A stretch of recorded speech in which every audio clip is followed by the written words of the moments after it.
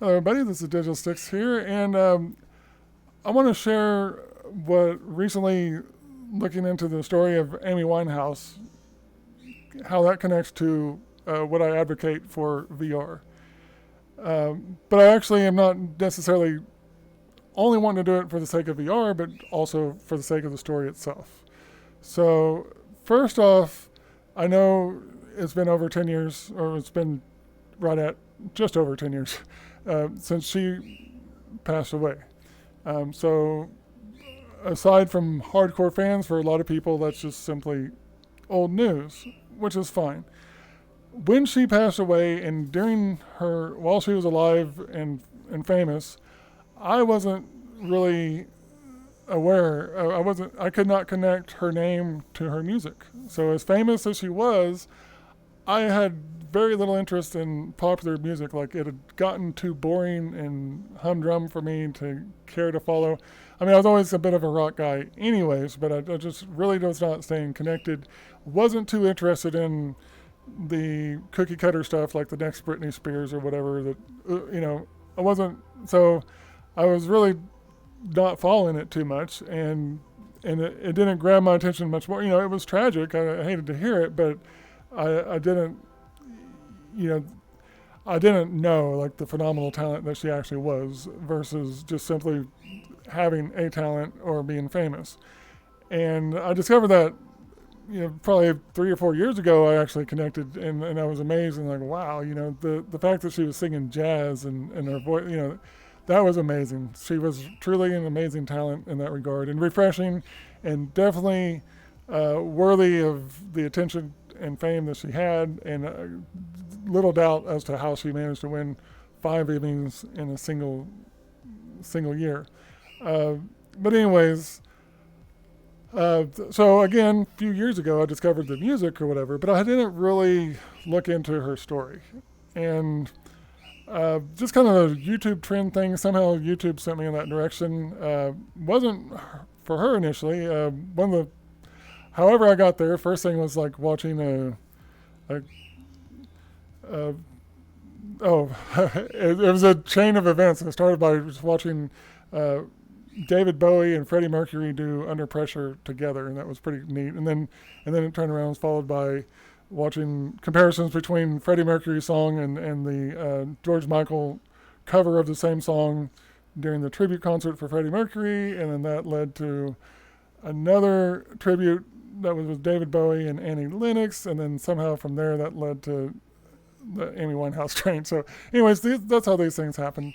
But her story was really moving. Of course, it's a very emotionally challenging story. It's one of those situations where you you feel like you'd do anything to change the outcome of that story. You hate to have to accept that that's the way it went, and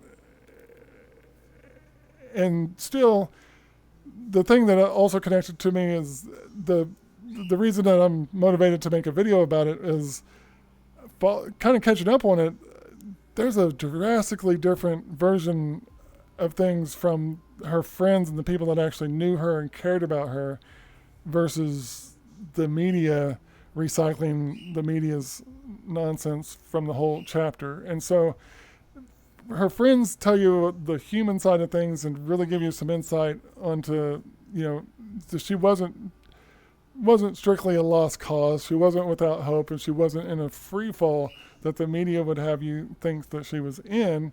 And the media is basing their depiction off of their own stories and own coverage, paparazzi stuff, and just basically the collection of the negative headlines and information they had that would actually that made the stories, and then they're filling in the gaps with their own speculations, and a lot of it is not even connected to the real human side of addiction. Like, they have talking points about it, but they're not actually connecting on a personal level.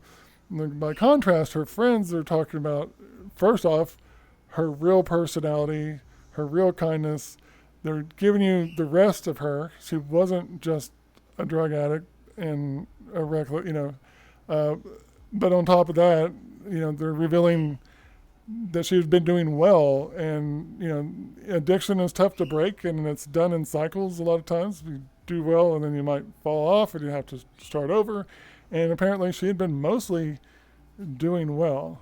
So while all the media stories were basically painting this continuous picture of a free fall, that was just them.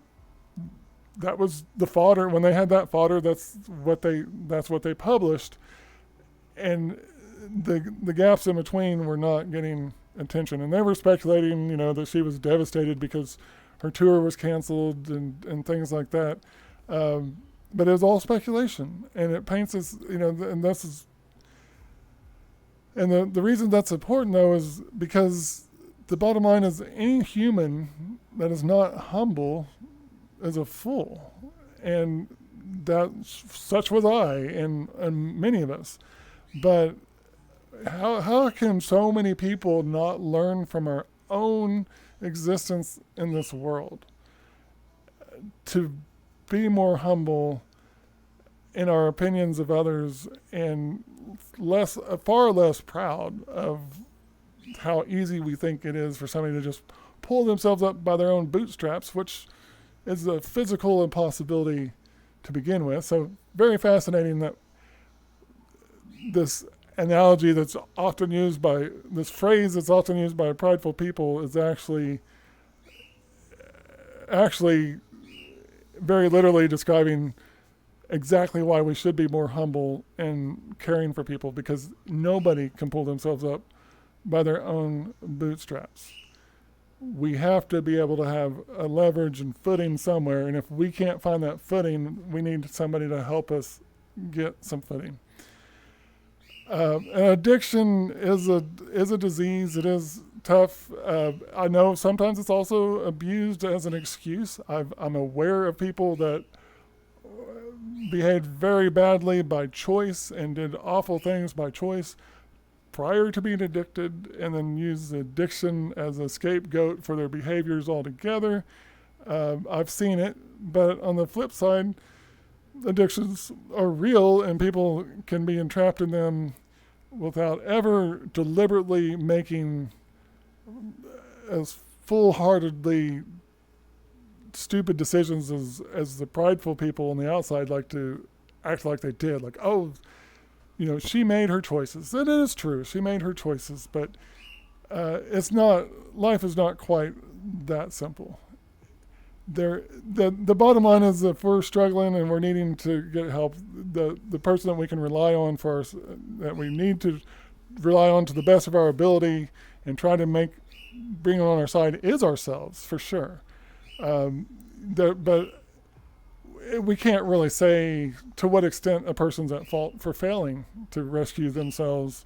But so it is important that we try to leave the reality in there that people do need to help themselves however possible. But we also need to be aware of the reality that many times people can't help themselves, and people shouldn't just simply have to help themselves. So there's no black and white book on how to approach these things, but there is a lot of room for more empathy and sympathy and real compassion and real understanding that could also go a long ways. And another thing about Amy's story that kept coming to mind as well is she was a phenomenal talent. Her voice was amazing. She was a unique person, definitely not polished like a lot of stars become. She basically just stayed herself in many respects, and it was cool to see. I think it made her more enduring. But then, she was famous and all of that. So for a lot of people, just the fame and everything made it even more tragic. And the reality is, just because a person can't sing doesn't mean that going down the same path is any less tragic. And so another thing to take from that is Amy Winehouse wasn't alone in her struggles, and there's many people facing similar tragic results of their lives ongoing. And I really think that's something we should all consider when we find ourselves moved by somebody famous and we can't if you're moved by that outcome with somebody famous, and you're never moved anywhere near that amount for anybody you know in real life that's struggling from similar things, that's a good time to kind of reevaluate your priorities and values regarding other people and all of that. So taking this back to VR though, I'm here in the treehouse in the shade room. The treehouse in the shade's over there. Just picked a random background, but this is the place where I get the feels from. Just because this is one of the first worlds I hung out with one of my hung out in, and with one of my first friends in VRChat, who was a transgender woman who I'd never had any understanding of the legitimacy of transgender people before knowing her. And I met her in VRChat in circumstances that would have never, that at least to this point would have not taken place in my real life and are not foreseeable in the near future either. And yet gaining that understanding is priceless. It was a very educational experience in many fronts. And it's not just about transgender LGBTQ people. It's about people in general and understanding, like to be woke up to putting people to stereotyping people based on groups instead of actually getting to know people on an individual basis, and to also let my own lack of understanding of something prejudice me against the legitimacy of somebody else. So like, even though I didn't wish any harm on any transgender people or anything like that, I didn't empathize with their cause either. It was more like to each their own. It was unfortunate that people were, mistreating them and such, but at the same time, I felt like they kind of made their own choices or whatever. I didn't have empathy. I just didn't have hatred either. But the empathy was needed and much more valuable, and VR allowed for that. So when I'm discussing VR technology and I'm talking about VRChat and why I like it, I mean, that's why. It's because it's not only fun in a social environment, which I've talked about a lot, but it really is a powerful place to gain empathy and get to know people that real life just doesn't allow us to cross paths with or get to know. And, there's a lot of toxic things about real life that can be left on the table in VRChat. And I've often talked about that as though that was like one of the key things that made VR better. But in reality, there's something else that I observed while trying to kind of connect by trying to see if I could take, at one point I was just thinking about, what can I take from VR and apply to my real life existence? 'Cause, basically I've enjoyed the way that I've been able to help people in VRChat. And I was wondering, like, can I connect to people on that level better in real life and make a difference? And that's when I observed the fact that, no, like I was at the park, excuse me, it's not appropriate to butt in on somebody's family and try to become friends with them or whatever. If you get a chance to casually talk and it turns into conversation, great. But to just interject yourself in someone's personal space in real life is far different than striking up a random conversation inside VRChat. So there's actually non-toxic, legitimate reasons why VR is better than real life on some of these things as well. But this all gets back to the fact that we as humanity are completely ridiculous. For as long as humans have been on this earth, and for all the philosophizing and everything else going on, we have yet to learn from our own personal experiences and allow those lessons to benefit others around us. Some people do, but as a whole, the narratives that we're talking about, it all comes back to people having to ignore their own realities and challenges along the way to have their toxic opinions that they do and their disregard for the struggles of others and their lack of sympathy, lack of empathy, and all of that. VR crosses those boundaries to the point that you're not just limited by whether or not people are woke on their own, but you actually get to be part of the process of waking one another because there aren't the same lines and barriers that exist in real life. Some of them unnecessarily, some of them unavoidably. The more comfortable your headset is, the longer you can stay in without worrying about battery life, the more fidelity you have to let the immersion be as full as it possibly can be, and the less complications you have of booting up the whole experience, the better. And that's getting into real world level quality, real world or better quality social interactions and opportunities to know and understand people. And Amy Winehouse wasn't an exception in the scheme of the world. Like, her talent certainly was an exception. Her struggles and tragedy were not. They're actually unfortunately quite common. And having this medium be available to help people in similar situations or on the same path or whatever, just to help a lonely person connect, a depressed person speak with somebody and get some feedback, just to establish friendships with somebody that actually cares. And if that friendship turns into a real world friendship, that could be the person that saves the other person's life from themselves even.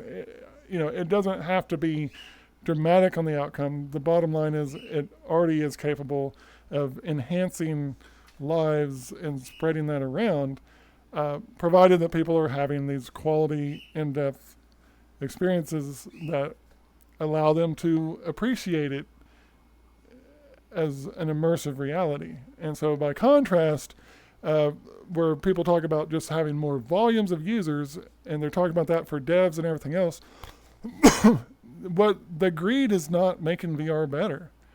The volume of users is not making VR better, at least not in this context.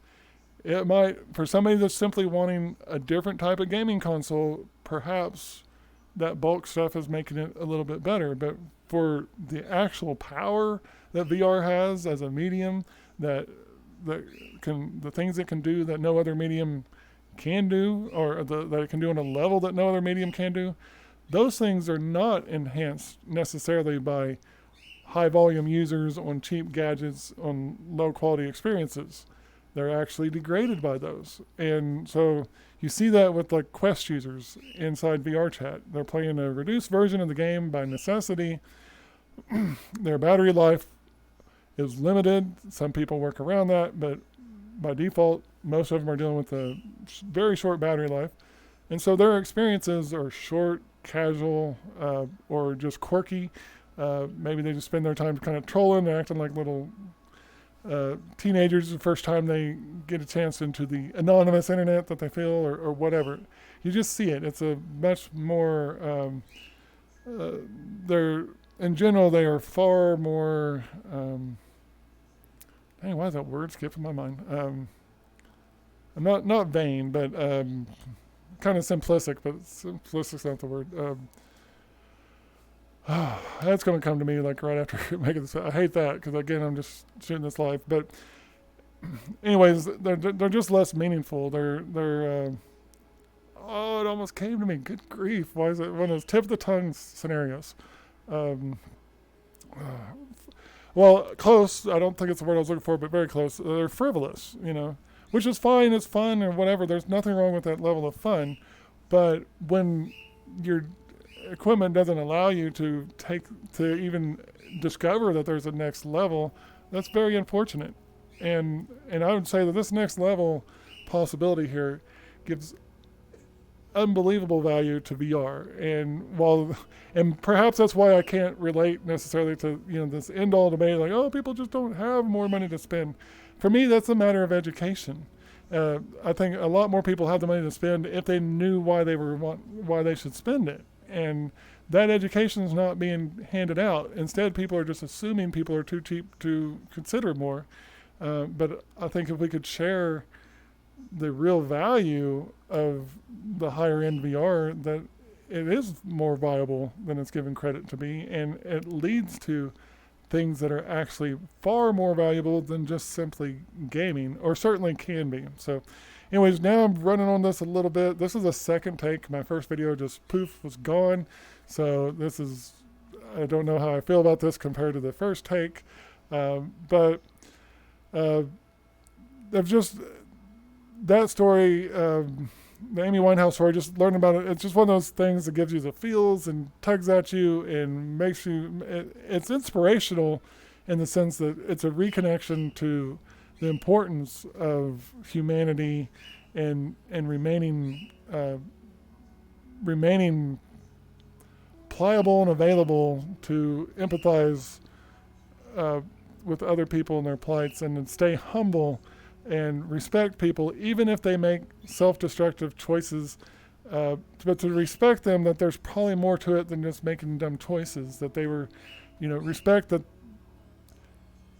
for whatever reasons, they more than likely wanted better and the struggle was real, and just hopefully we can find ways to help more people, but even just to simply help preserve the dignity of people that are suffering would be a major improvement for our society, and VR can certainly connect us to people in ways to do that. So I'm Digital Sticks, and I am out. Thank you for watching. Have a good day.